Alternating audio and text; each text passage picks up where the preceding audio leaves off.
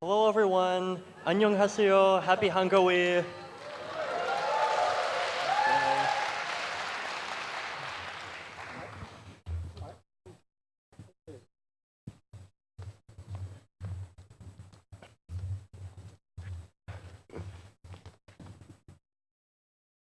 Okay. Okay, so first of all, thank you all for coming. It's definitely wonderful to see so many people in Korea interested in Ethereum and look and to see so many people come to this meetup looking to learn more. This is probably the single largest Ethereum meetup we have actually ever had in the world. So congratulations. Yeah, and probably this.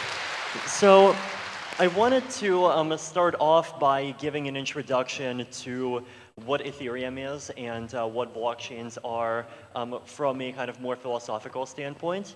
And so, you are probably going to hear many different explanations about what blockchains are and kind of what properties they have and what their purpose is. But this is basically how I see it.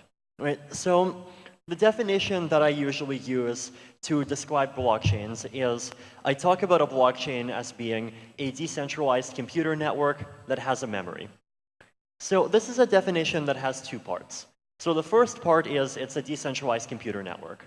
So it's a blockchain is a network consisting of tens of thousands of computers all around the world, run by different people just like yourselves. And it's a network that consists entirely of just people running regular computers that are connecting to each other without any kind of single central authority that controls the entire network. So it's not controlled by any one company. It's not controlled by any one government. It's it's decentralized, and the control is distributed across the entire world. So the second part of this definition is that a blockchain has a memory. So we've seen decentralized networks before, and you may have heard of systems like BitTorrent, you may have heard of decentralized messaging protocols, and these have all existed for a long time. And there were some people who saw that there were decentralized protocols for all of these different use cases, and they asked, well, why can't we have a decentralized peer-to-peer digital currency? Now, it turns out that making a decentralized peer-to-peer digital currency is actually substantially harder than many other kinds of decentralized applications. And the reason why is something called the double spending problem. So the main difference between decentralized messaging and decentralized currency is this.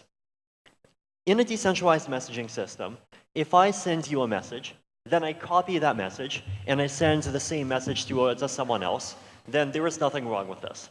This is something that it is very easy to do, and nothing bad happens as a result. Money is not like other kinds of information. And the reason why money is not like other kinds of information is because money is something that you're not supposed to be able to copy. If I take 100 digital coins and I send those 100 digital coins to one person, and then I can copy those 100 digital coins and I can send another transaction just like the first transaction, except the second transaction sends those 100 digital coins to another person, then those are two transactions where either of those two transactions are valid in isolation, either of those two transactions are valid by themselves, but clearly both of those two transactions cannot happen at the same time, right? So the problem is that when you in order to have a decentralized peer-to-peer currency that works, there needs to be some kind of system, some kind of way of keeping track of the fact that after you send the first transaction, you do not have the coins anymore. And so when the time comes to send the second transaction fails. So this is what we mean by a memory, right? In order to have a peer-to-peer digital currency, there needs to be in the network some kind of peer-to-peer memory of how many coins does everyone have right now, And the solution to this is, or the first solution to this is something created by Satoshi Nakamoto in 2009 called a blockchain. And this is, the key technology behind Bitcoin. Now, there is an important difference between the way that systems like BitTorrent and decentralized messaging systems and kind of everything before Bitcoin works, and the way that systems like Bitcoin and systems like Ethereum work. And the main the way that systems like Ethereum work is what I call cryptoeconomics. So cryptoeconomics is a combination of cryptography and economic incentives that are used to achieve information security goals.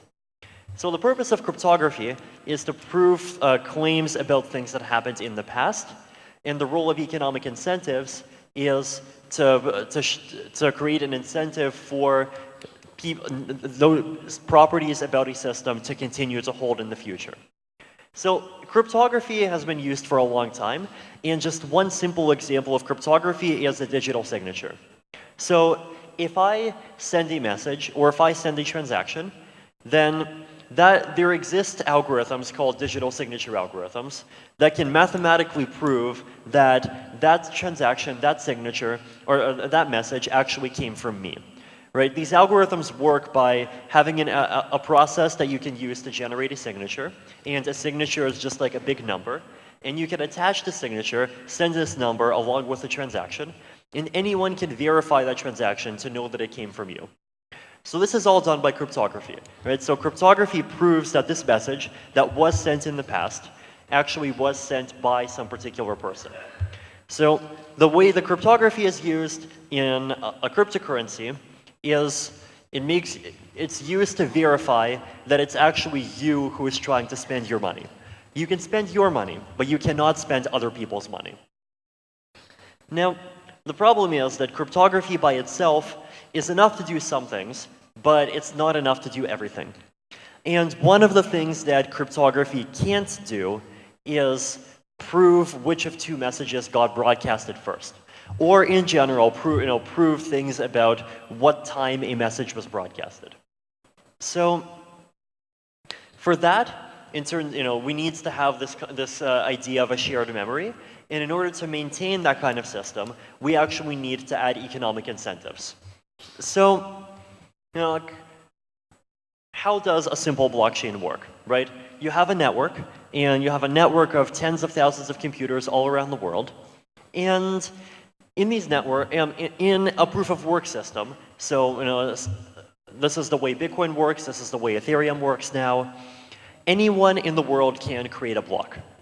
But in order to, and a block is like it's like the blocks here. It's just a package of transactions, and every block points to some block that came before it, and so the blocks all come together to form some kind of history, right? So the blocks come together to form this kind of chain, the blockchain, and this is the history of all the transactions that have ever kind of been confirmed inside that have happened inside of the system. So in a proof of work blockchain, anyone can create a block, but there is a rule that says that creating a block requires a large amount of computational power. It takes a large amount of kind of computational effort to perform the mathematical calculations that you need to create a block that the rest of the network will accept. Now, in order to encourage people to participate in the network and to create blocks, there is a rule that says that if you create a block, and this block is part of the chain, then if this block is accepted as part of the chain by the network, then you get a reward of 12.5 Bitcoins. If you do not create blocks, you do not get a reward. If you create a block, but this block is not accepted in the chain, then you also do not get a reward. And so the system depends crucially on the use of economic incentives to encourage the participants in the system to act in ways that make the system work the way that it is supposed to work, and to discourage them from acting in ways that make the system not work the way that it is supposed to work.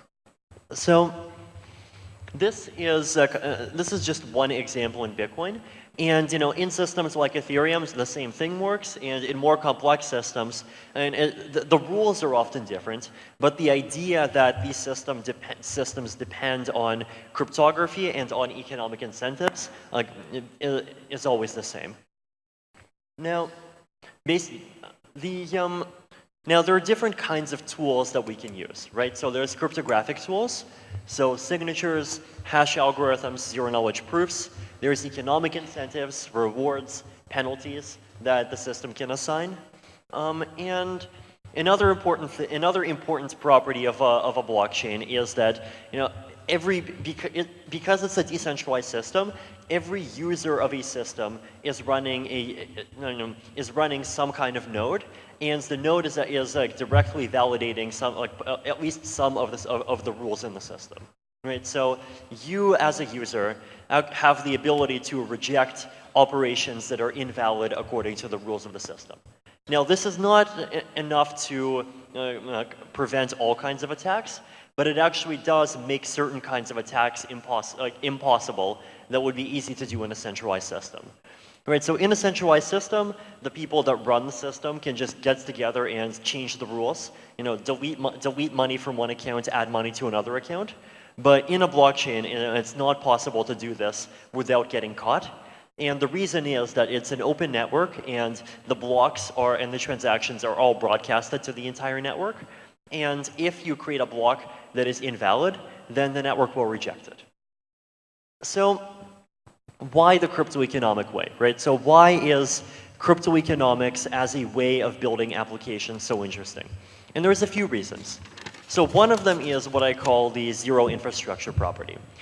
If you build a decentralized application, so if you build an application on Ethereum, or even if you build your own blockchain, then your users are the infrastructure, right? And so you do not have to pay costs like maintaining servers. You do not have to pay costs like just maintaining a system, making sure that if one of the servers goes down, starting it up again, and you do not have to just deal with buying and maintaining your own hardware. And if you build an application just on Ethereum, then you do not have these costs. Now, there are definitely many applications where the costs of using a blockchain are much higher, but there's also some applications where the cost of using a blockchain actually is lower.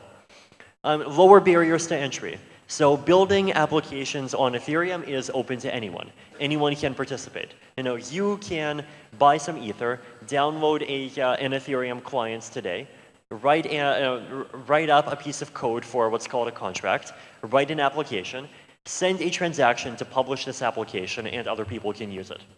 You do not need to get any kind of permission from us or from anyone else to enter the system.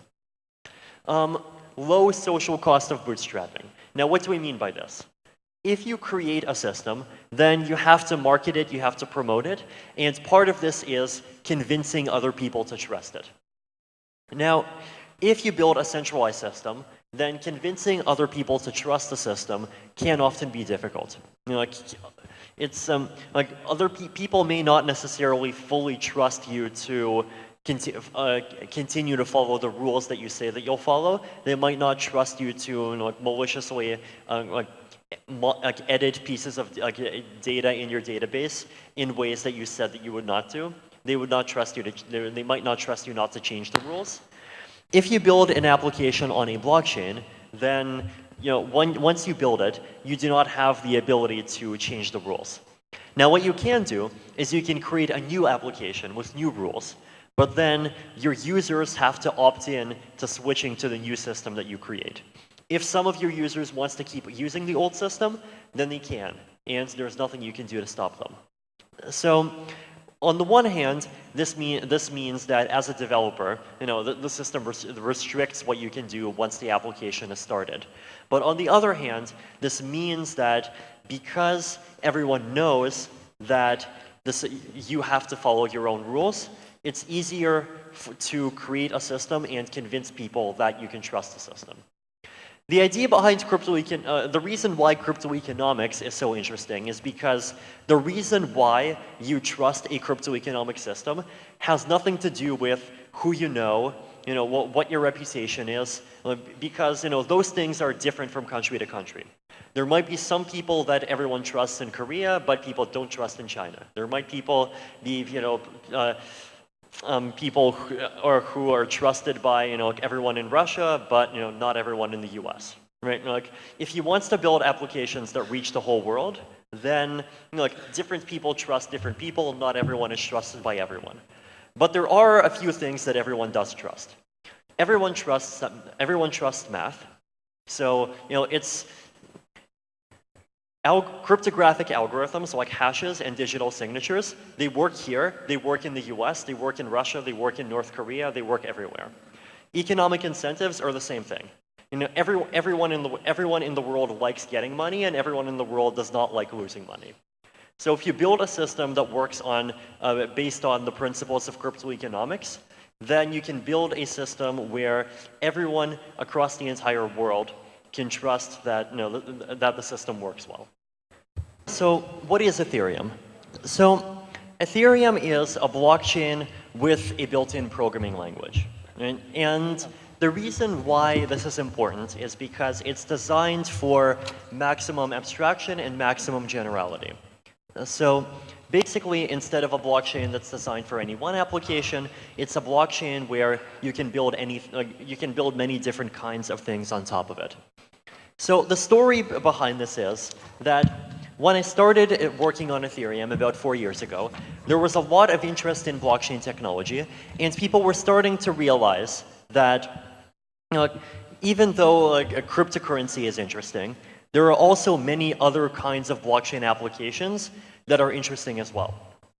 And in the long term, that could be even more interesting.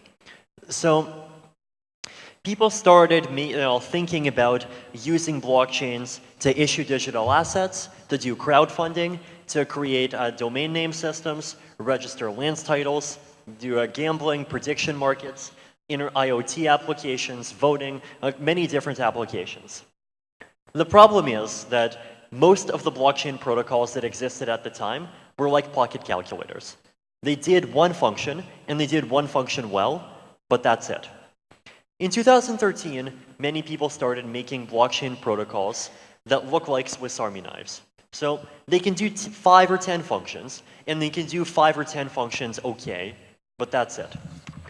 The problem with Swiss Army knife protocols is that if you make one that supports 10 different functions, then 2 weeks later, someone comes up with an 11th kind of application. You need to create a new protocol for it. So it still does not solve the problem. So the idea behind Ethereum is, can we create a blockchain that is general purpose in the same way that a smartphone is general purpose? If you want to do something new on a smartphone, you do not need to buy a new phone, and you do not need to go to a store and buy some new piece of hardware to attach to your phone. All you need to do is download an app. And if you want to create something that other people can use, all you need to do is create an app and publish it. And if other people want to download it, they will download it. So, this is the kind of idea of making something that's general purpose, so that innovation can happen on top of it much more quickly. This is what I wanted to bring to Ethereum. So here is how Ethereum works for you, the developer. Step 1, you write code. So if you want to build an application, you would write a piece of code. Step 2, there is a compiler which compiles the code that you write into a kind of binary bytecode, something called Ethereum virtual machine code. Step 3 is that piece of code can be included in a transaction. You send a transaction to the network. So this uploads the piece of code and it gets saved on the blockchain. When it gets saved at an address. So an address, this address kind of represents where on the blockchain this piece of code, this application now exists. And if other people want to interact with the application, then they can send transactions to this address. And if they send a transaction to this address, then the code at that address determines how your application reacts to that transaction. And this way people can basically do whatever your application is supposed to enable them to do. So now, obviously, if you're a user and if you're going to actually use an application, then you would not need to kind of manually create transactions yourself. There are wallets, there are browsers, there are interfaces that you can use to do this yourself. But at the bottom level, this is how it works. This is one example of an application that can be created on Ethereum. So this is just a simple Ethereum-based domain name system. So the idea is it's a system that could be used to kind of register websites. So if you want to register a website, you would need to say what the domain name is, and you'd want to know who the owner is. So if you register it, the owner is you. And if the domain needs to point to some IP address, and the IP address is where the server is that would be providing the website. So first of all, so this is what the contract looks like. So the word that we use for a kind of piece of code for an application that goes on Ethereum would be a contract. And a contract in Ethereum can have its own storage. And in this case, the contract just stores a mapping. So for every domain, it stores what is the IP address and what is the owner that it points to. And there's two functions. Now, calling either of those two functions is just sending a transaction. So if you want to register a domain, or if you have a domain, if you want to set the IP address, then you would need to send a transaction. The transaction would encode which function you're calling and what arguments you're using. And here, if you look at register, it checks that that domain does not yet have an owner, so no one has registered it yet, and then it sets the owner to the person sending the transaction. If you look at the second function, setting the IP address, it's checking that the owner is the person sending the transaction. So you can only change things in your own in a domain that you own, and then it sets the IP address to the IP address that you specify. And actually, this kind of domain name example is something that kind of exists on Ethereum already. So there's something called ENS, and you can see that there's already hundreds of thousands of domains that are being registered on it. Now you still need a special client, like a special browser, to be able to interpret these domains, but the application exists and lots of people are using it. So smart contracts are this fairly kind of important and interesting concept. And the idea behind smart contracts was created by Nick Szabo in 1994. And the analogy that he made is that smart contracts are like digital vending machines. So if you look at, think of a vending machine in the real world. It's a vending machine is a physical device whose purpose it is to enforce the terms of an agreement. And the terms of the agreement are simple. You put $2 in, water comes out. You do not put $2 in, water does not come out. You put $6 in, three bottles of water come out.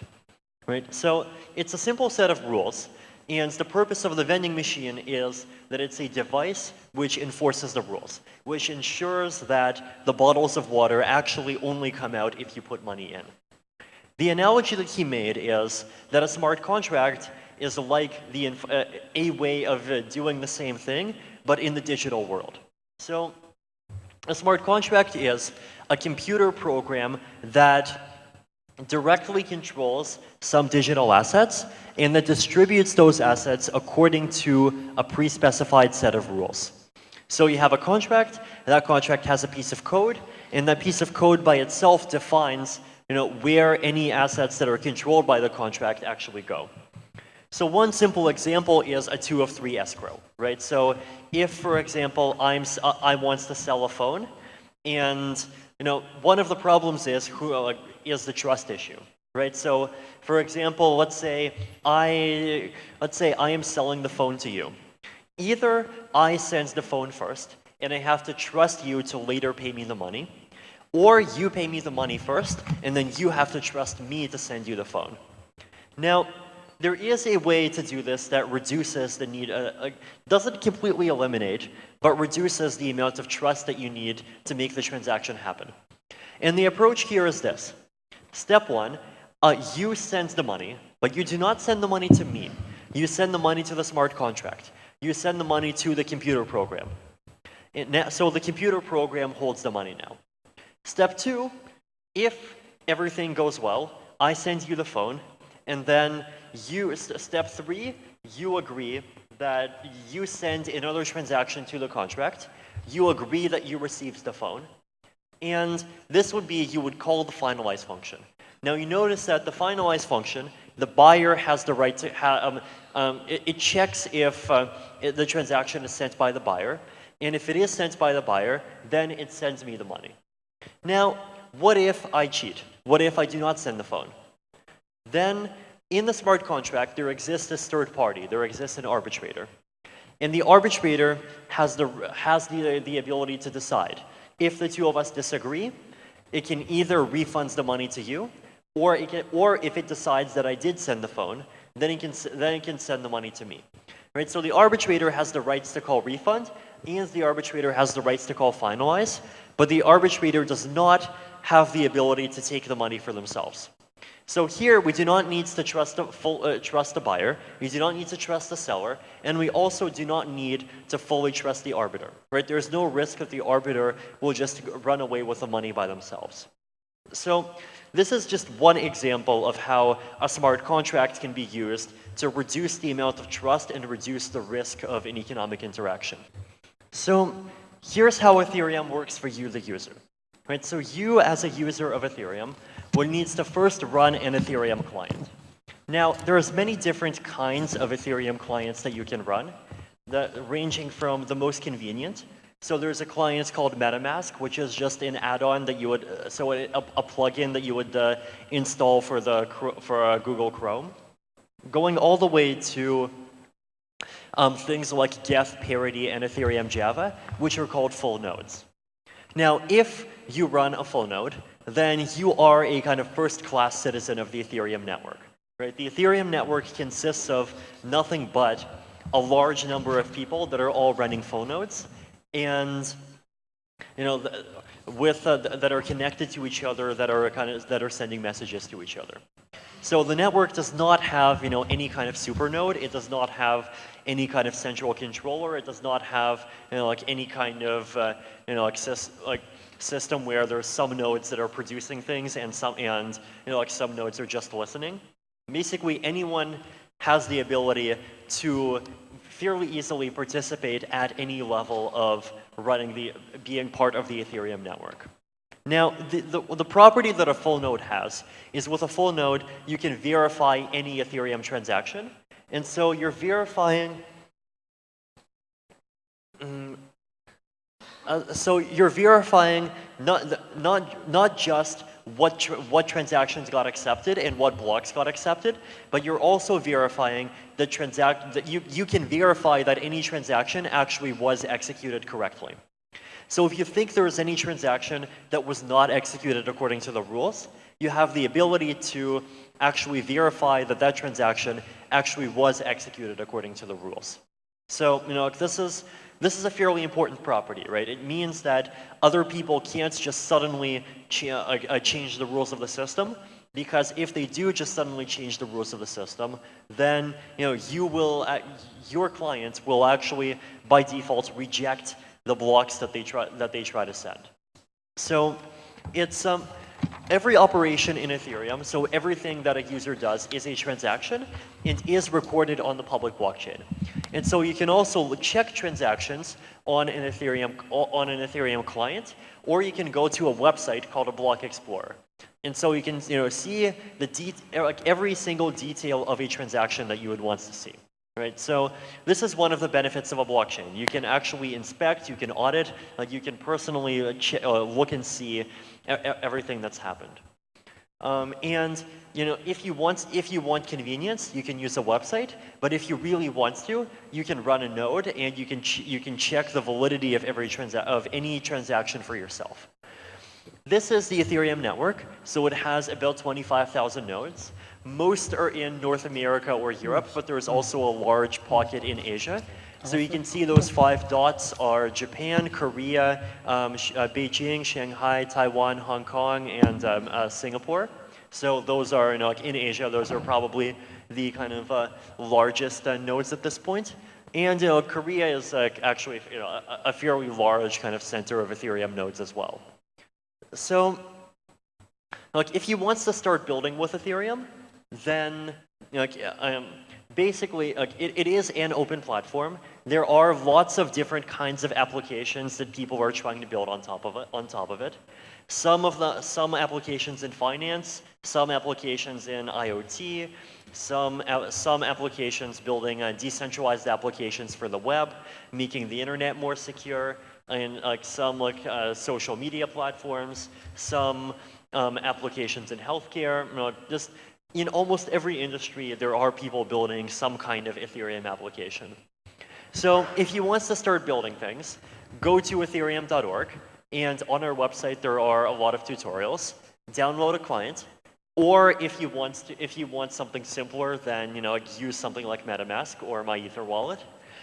If you want to start writing contracts, remix.ethereum.org is one place where you can start. If you want to do some build your own applications, there's also something called PyEthereum Tester that you can use to kind of build and test things quickly. And there's also this site, you know, like dapps.ethercast.com, where you can see a lot of existing applications that people are building.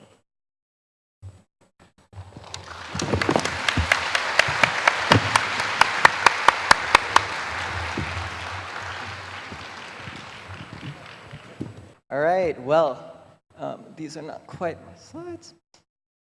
The enthusiasm in Seoul is amazing. I arrived just a couple hours ago, first time here, and I'm like so impressed. Everyone is so knowledgeable and man, so much going on that I am not aware of. Okay, section 2.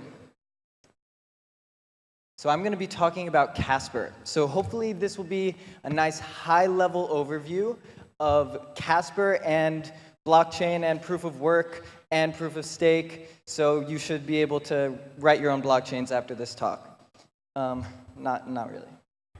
All right. Well, so in true crypto fashion, I'm going to start off by defining blockchain differently than Vitalik.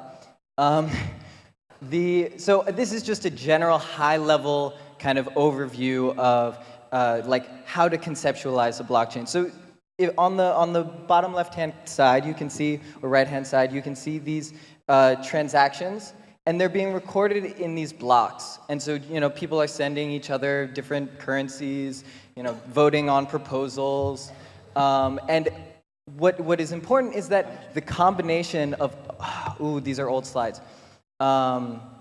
Anyway, but the combination of all of these blocks equals the kind of current state of the network. So if you actually look at, you know, you combine all of the different blocks, and that's where you get the actual state of the blockchain. So start off with proof of work. So the reason why I'm going to start off with proof of work is the first phase of Casper is actually a proof of stake, proof of work hybrid. So that means that we're going to be layering proof of stake on top of proof of work. So it's important that we understand the basics around proof of work. Is there any way to, anyway, update the slides? But so the first thing is we have these miners. And these miners are not a single person. It is you can be a miner if you turn on your computer and you want to. And so this is like a core, this is the core principle of decentralization that these systems exhibit. And these miners receive transactions from people like you and me. So they create blocks, and these blocks contain those transactions, just like we went over before, but each block costs energy to mine. So this is like the concept of mining. This is where, you know, all the energy is wasted. Well, not wasted, used to secure the network, essentially. Now, once again, you know, create another block, and the coin is the miner receiving an actual, you know, payment for mining. So there's a cost to mining, and that is the electricity, but then there's a reward, and that is, you know, the Bitcoin or the ETH or whatever it is. So once again, we have this, you know, blockchain structure with all the different transactions recorded from you and me. Now, a new miner arrives, and we've got, we don't know who they are, but this is where the forking comes in. So that's like a big word. And we have these two miners, and they're mining on different versions of the blockchain. So essentially, they both found a block that grows out of the third block here. And they continue mining, and now this chain, the miner on the left, is a little bit longer. And so our actual state of the blockchain is going to be the combination of all these blocks, but it's ignoring the block from the miner on the right. Now, the reason why this is the case is because we're picking the longest chain, which means each one of these blocks points back to the previous one, and so we're going to judge the full state of the blockchain as that. And one thing that's important is that the miner on the right did not receive a reward for doing this. So what the miner does is he says, okay, I give up. I'm not going to build on my chain. I'm going to build on your chain instead. And so they start working together. And this is where like this idea of crypto economics and like designing incentives comes in, right? So the incentive here from this really simple, like kind of a hack, the incentives push people to work together and produce a favorable outcome for everyone. So this is a really cool thing. Proof of work is great. Just because I work on proof of stake doesn't mean I don't like proof of work. So, more mining, and we're, all happy. All right, so proof of work works. Hallelujah. But it's not perfect. That's why we're here working on proof of stake. So some problems with proof of work. I'm not going to get into all of the nitty-gritty with all of them, but wasted energy, that's a clear one. People understand that, and it's a big problem, and I don't want to make it seem like it's not just because it's so easy to say, right? All of that work that they were doing is wasting tons of energy. We also have vulnerabilities to like specialized hardware or ASICs. We have issues with centralization. So these miners have so much power in this system, and it lacks something called finality. So let's get into what all that means. First, of course, it's bad for the environment. We're currently on Ethereum burning about as much electricity as Cyprus, the country, and that's not okay. Next is this vulnerability to ASICs or centralized mining cartels, whatever it is. Essentially, if there is someone else who has the ability to produce blocks much faster than we do, then all of our guarantees about our blockchain go out the window. So this golden guy is a miner that has, an ASIC or whatever it is, and they're able to produce this chain at low cost, right? Boom. So what just happened here was we had a blockchain reversion. So all of these blocks on the left just got reverted because this person was able to mine at lower cost or had some incentive to mine at lower cost. And what that means is that fundamentally undermines core principles of our system. So we are now, all of the people who maybe sold a house or withdrew from an exchange on the left-hand side, their transactions are no longer valid. And there's no built-in constraint around this. You could revert blocks from last year if you had some crazy amount of mining equipment. So this is not good. Also that. So we don't have any in-protocol penalties for reverting blocks, and we should, right? It makes sense. And the difficulty recovering from 51% attacks, essentially, just to cover it quickly, if you fork and you change the mining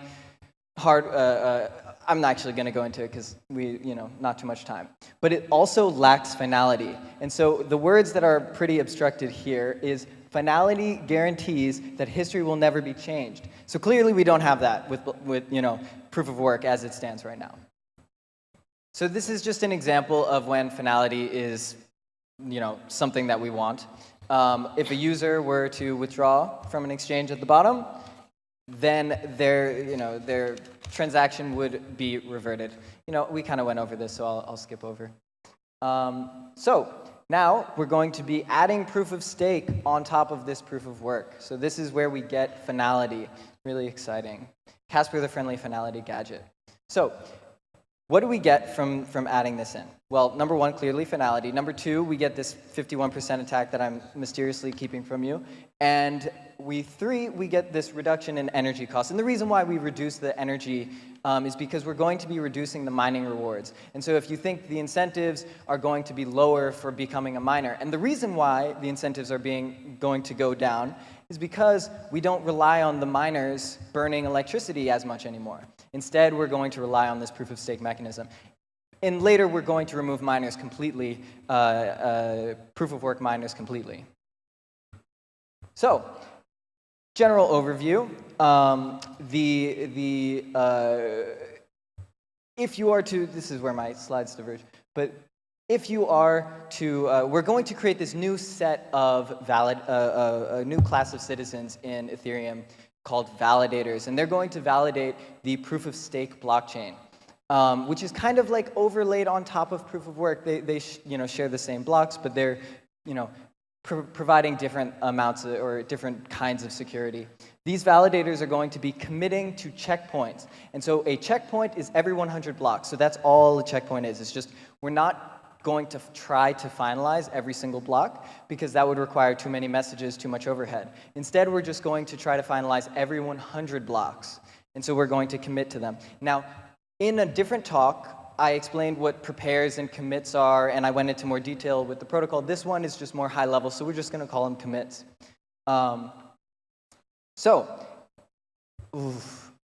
we have the other slides? Is that possible?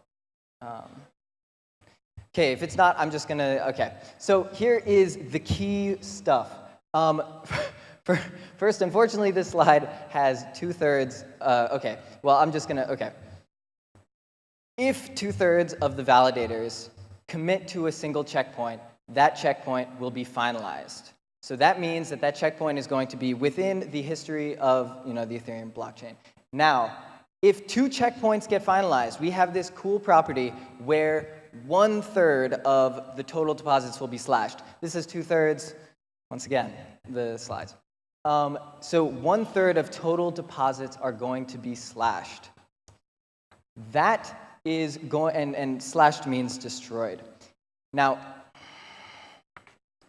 essentially what that means is if we have 2 forks of the blockchain and there are 2 checkpoints that are conflicting and get finalized, that's when this slashing occurs. So that's a major catastrophic event where we can expect like a lot of commotion, and so we're able to kind of skirt around the problem of having 2 finalized checkpoints because it's going to be such a momentous occasion for a currently $30 billion network to have this 1/3 of all validators' deposits slashed, that we're able to kind of deal with it in that way.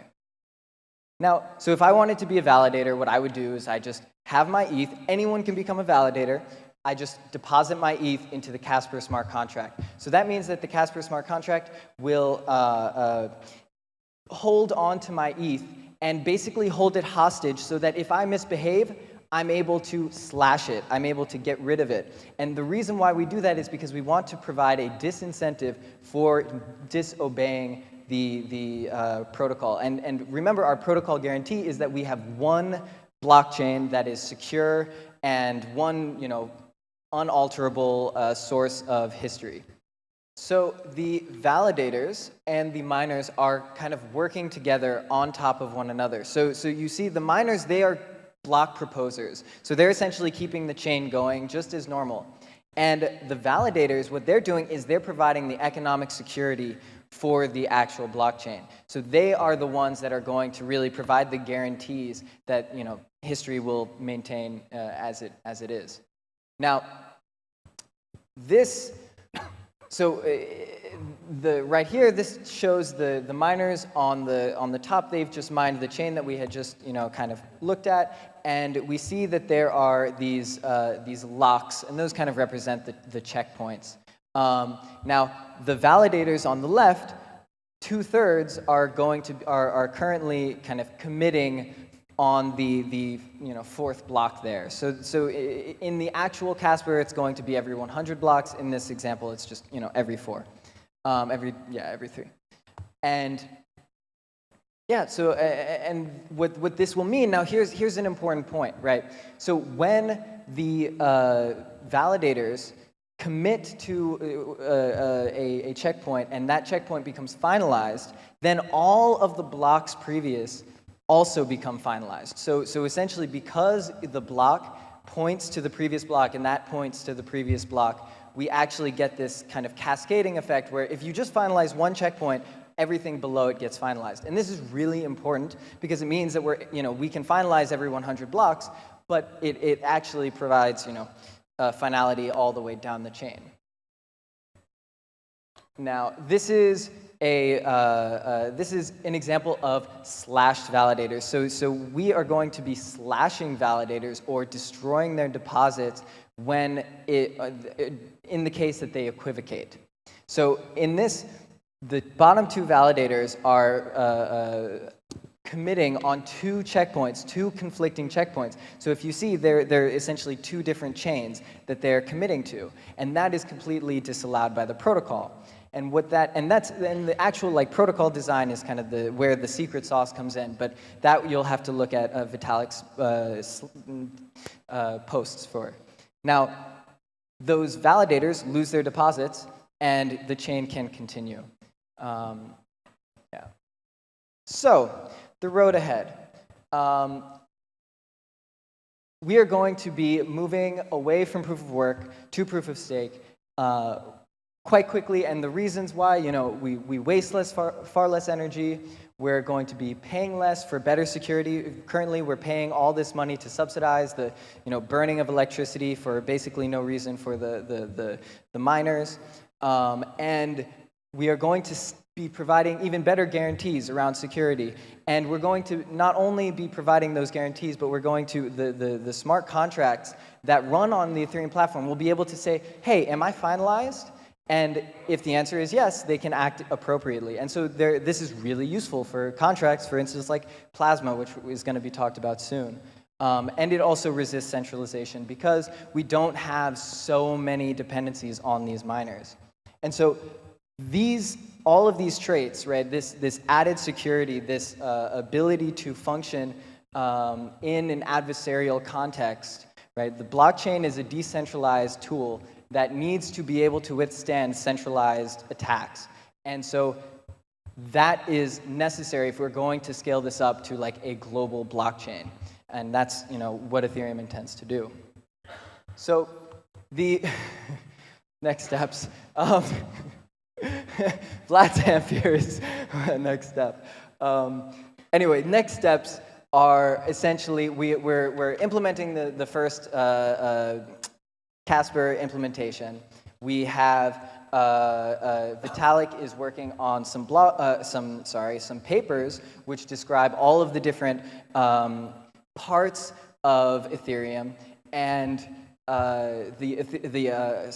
Casper and the Casper protocol. And so we're trying to make sure that it's as simple as possible so that we can kind of justify our decisions. And of course, one other thing is we're of course going to be removing proof of work eventually. And the kind of final thing is, as a bonus, trying to spread the kind of crypto-economic thinking, right?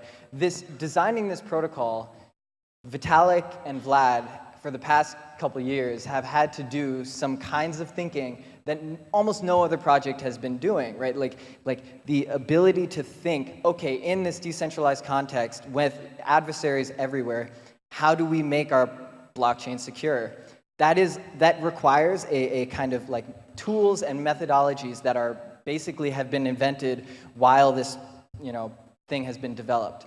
And so this is a kind of mindset and a whole field of research that needs to be explored. And so that's kind of another little thing that we should proliferate and share the information that we have learned from these experiences. So yeah, thank you. That was just so awesome.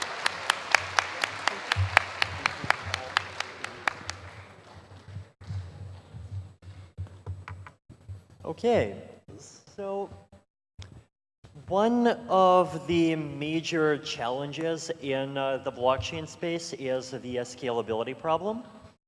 So, and basically right now, if you look at like Bitcoin, for example, Bitcoin processes about 3 transactions per second, and its maximum capacity is about 4. If you look at Ethereum, it processes about 5 transactions a second, and its maximum capacity is about 6. So, like blockchain, basically, in part because blockchains are designed in this decentralized way where every node is processing every computation, this also like really puts a very hard limit on the scalability of a blockchain, right? So because every single node in a blockchain, the way that blockchains are designed now, needs to process every transaction, the transaction capacity of a blockchain cannot be higher than the number of transactions that can be processed by one single computer in the network. So if we want to build applications that are scalable, then one way to do this is to minimize the use of global validation. So minimize the use, the amounts to which you actually use a blockchain. Basically minimize the number of times when everyone in the network actually needs to verify some transaction. And the way we do this is we create a system where transactions happen off-chain. So transactions happen in some separate second layer by default. But we can do this in a way where we also benefit from the security of the main chain. And the reason why is that we can design such a system where in the specific case that there is a disagreement, so in the specific case where someone tries to send some transaction that is invalid, only in that case can whoever loses from that fraud, or really like anyone in the network, publish evidence to the blockchain, and then basically kind of do all of the transactions on the main blockchain instead, right? So if everything goes well, then everything happens in this kind of second layer that's off the main chain. But if there are conflicts, if there are disagreements, if there are invalid transactions, then all of the transactions can be kind of exported back onto the main chain, and the main chain can validate them. Now, because everyone in the system knows that if they try to attack the system, the transactions can just get broadcasted onto the main chain, and the main chain will verify them, and the main chain will detect and prevent the fraud. There's no way to actually successfully kind of make a fraudulent transaction, or there's no way to successfully attack the second layer unless you can attack the underlying blockchain itself. And so because of this, no one has any incentive to attack. And so almost all of your transactions, even though you get the security of the blockchain because it's theoretically possible to use the blockchain to verify any transaction, most of the time, transactions will happen off-chain in the second layer.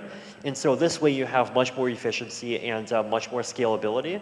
And you can have a system that processes altogether many more transactions than the capacity of the base chain. So this is the basic principle according to which Plasma works, right? And so the way that a kind of Plasma ecosystem would work is that you would have the base chain, or the root chain, and the root chain could be Ethereum, and then you would have a large number of Plasma chains. And a Plasma chain has 2 parts to it.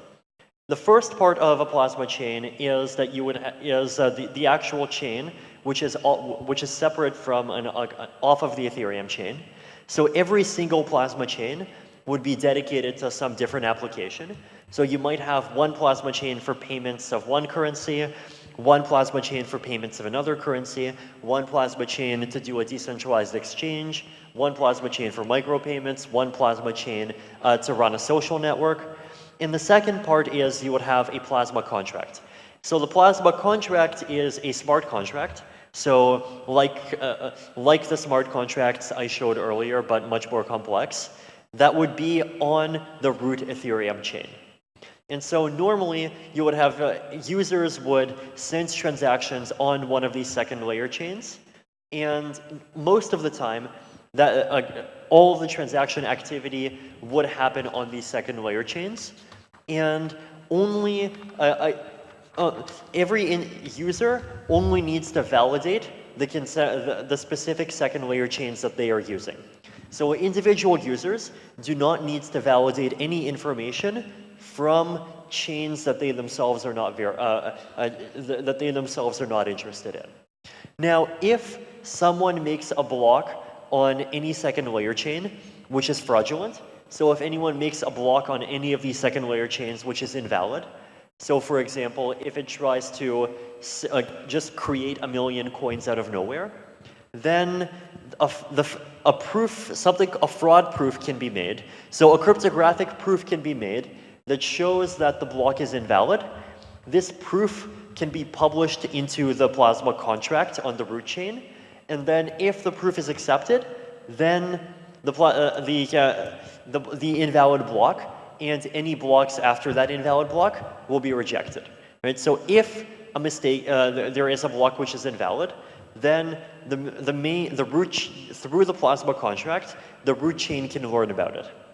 Now, if in general, the economic activity that's happening on these Plasma chains is not going to be completely separate from the activity on the root chain, right? So, for example, you can use Plasma chains to trade Ether, right? So you can deposit Ether into a Plasma contract. Then, when you deposit the Ether into the Plasma contract, it will become accessible inside of the Plasma chain. Inside of the Plasma chain, you can trade Ether. And if you want to get your Ether back to the root chain because you want to do something else with it, then you will do this by with 2 steps. The first step is you will submit a withdrawal transaction into the Plasma chain. So you submit a transaction that says, I want to get my money back. Step 2 is you would create a proof that this transaction was accepted, and you would publish this proof into the Plasma chain. Now, if you would publish it into the Plasma contract. If the Plasma contract verifies the proof, and the block that the transaction was included in is not a block for which there is which is invalid, so it's not a block for which there was a fraud proof, or where there was a fraud proof for one of its ancestors, then the Plasma contract gives you your Ether back. So you can deposit your Ether, then you can use it inside the Plasma chain, and then you can send these 2 transactions to withdraw your Ether, and then you get Ether back, and you can use it on the main chain. So another important thing to keep in mind is that the blocks, so the transactions and the blocks in each Plasma chain usually do not get included in the root chain. And the reason why is simple, because if all of the Plasma blocks were included in the root chain directly, then that would mean that everyone has to process everything, and so there is no benefit. But instead what we do is we broadcast the root hashes of blocks. So we take the hashes of blocks and we put them into the root chain. And so in the Plasma contract itself can see what all of the block hashes of the Plasma blocks are. And then if you want to prove that a transaction was included in the Plasma chain to the Plasma contract, then you could use something called a Merkle branch. So it's a cryptographic proof that says this transaction actually is part of this block that has this hash. And these Merkle proofs are fairly small, so they could be anywhere from maybe 200 bytes to 1 kilobyte. So they're much smaller than the size of the full block. So it's making transactions is efficient, and proving that a transaction was included is still fairly efficient. Now, the root chain does not only does computation in 4 places. So the first place is when people want to deposit. So when people make some transaction that has some components on the root chain and some components in the Plasma chain. The second time is that these root block hashes get periodically broadcasted to the root chain. So there's there's a constant and very small amount of overhead. So a constant and very small number of transactions that needs to be periodically broadcasted to the root chain. But this constant amount is independent of the amount of activity that's happening in the plasma chain. So the plasma chain could be doing 500 transactions a second, but the root chain might still only be processing maybe one transaction per half a minute. The third time when the computation is done on the root chain is when you withdraw. So this is when you send a transaction from the plasma chain to the root chain. And the fourth time is if the plasma chain contains invalid blocks, which in the normal case almost never happens. So in the normal case, the amount of activity on the root chain that's required to support a plasma chain, even if the plasma chain has very high activity, is actually fairly small. So the way that fraud-proof enforcement basically works is simple. If someone makes a block, so if there is an invalid block that's part of the plasma chain, then if that block is invalid, then a fraud proof can be made. Right? So a fraud proof is also just a Merkle branch. So it's a proof that there exists a transaction in the plasma chain which is invalid. And fraud proofs are also fairly small and fairly easy to make. So if any user sees some block which is invalid, then they can make a fraud proof, broadcast the fraud proof, and when the fraud proof gets accepted by the plasma contract on the root chain, then the block containing that that's invalid and any descendants of that block are rejected.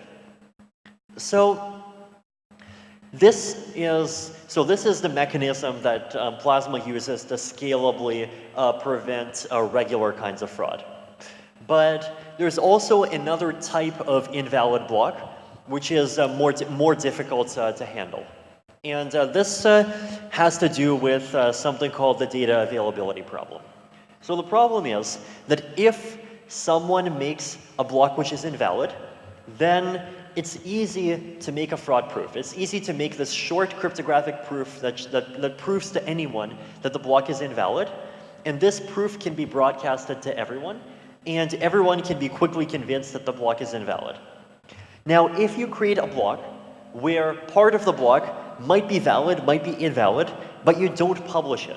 So if you create a block where some of the data is unavailable, then there is no way to make a fraud proof. There is no way to make a simple proof that you can broadcast to the entire network that you can use to quickly convince everyone that the block actually has data missing, right? So this is actually the primary limitation of fraud proofs as a solution to a scalable verification. So one of the main innovations in Plasma which solves the data availability problem is a concept called exits. So the idea here is that if there is a block gets published, and this block has data unavailable, then instead of trying to determine, to get full consensus on whether this block is valid or invalid or available or unavailable, we let people exit. So we let anyone who has coins in the Plasma chain exit before from the place before the unavailable block took place. Right? So if I have like 10 coins in a Plasma chain, and I see that the next block that was published to the Plasma chain is unavailable. So I try to download the block, and I notice that I can't download some of the data. Then I can exit. So exit means that I just immediately send a withdrawal transaction. So if you can discover blocks being withheld, then you can just send a withdrawal transaction and go back to the root chain and just very quickly. Now, the idea here is that one thing that you can't do is you can't exit and then also send your coins in the Plasma chain to someone else. Now, the reason why is that there's something called there's an exit delay. right? So when you withdraw, you don't get your coins immediately. You have to wait some period of time. And so if you tried to exit, and you also tried to later send your coins to someone else, then someone can make a proof, right? So someone can make a proof of the transaction, which sends the coins to someone else. And then if the Plasma contract sees that proof, then your exit can get canceled, and you can't get the money out, right? So it's not possible to kind of double spend the system, even though not every transaction can. Like on the root chain, the blockchain itself prevents double spending. Inside the Plasma chain, the consensus of the Plasma chain prevents double spending, and if it doesn't, then someone can make a fraud proof and convince the Plasma contract on the root chain to reject the block. Now, if there's also this possibility of double spending between the Plasma chain and a withdrawal to the root chain, and there is this other fraud proof mechanism that prevents that. So this kind of probably is one of the kind of very core ideas behind Plasma. So even if there are unavailable blocks cannot kind of force you to still cannot cause you to lose your money as long as you remember to exit as soon as you see an unavailable block. Now there is another corner case, and here the issue is, what if the Plasma chain creates an invalid block, then it creates another another block, and this block tries to withdraw all of the money from the Plasma chain, and it tries to withdraw the money claiming that it's from accounts that were created in the block which is not available. So an attacker creates two blocks. First block, all of the transactions are unavailable. In the second block, the attacker creates a large number of withdrawal transactions, trying to take all the money out. And if they take all the money, the attacker claims that the source of this money is in this block which is unavailable. If this happens, then this still cannot force people to lose their money, and the reason is that if you withdraw, or everyone who had funds earlier can withdraw their money earlier. So if your coins existed before this unavailable block, then you can withdraw too, and your withdrawal will finish before the withdrawals of the attacker will finish. And so as long as the users do this, they will be able to get their money out. Now, if we want to extend Plasma to have even higher scalability, then the obvious solution is to make the scheme have multiple layers. So we have Plasma chains inside Plasma chains. And so you have the root chain, then the root chain processes commitment, has Plasma contracts for the first layer of Plasma chains. Then the first layer of Plasma chains themselves have Plasma contracts for the second layer of Plasma chains. And so this way you can reduce the load on the root chain even more. And even in the case of attacks on the deeper layers, even the attacks will not always go to the root chain. Most of the attacks can be stopped at the intermediate layers, so the Plasma chains in the middle. So in the event of a failure in the middle, you don't need to go all the way to the root. You can just go to the nearest level that doesn't have a failure yet. Each individual user only needs to watch the Plasma chains that affects them. So only watch the Plasma chains that they have coins on or that are doing computations that they care about. And so even if the ecosystem is processing many thousands of transactions per second, the user might only need to process not much more data than the current blockchain. So you can also think about one other way to think about the kinds of things you can do on Plasma chains is that Plasma chains can implement a MapReduce framework.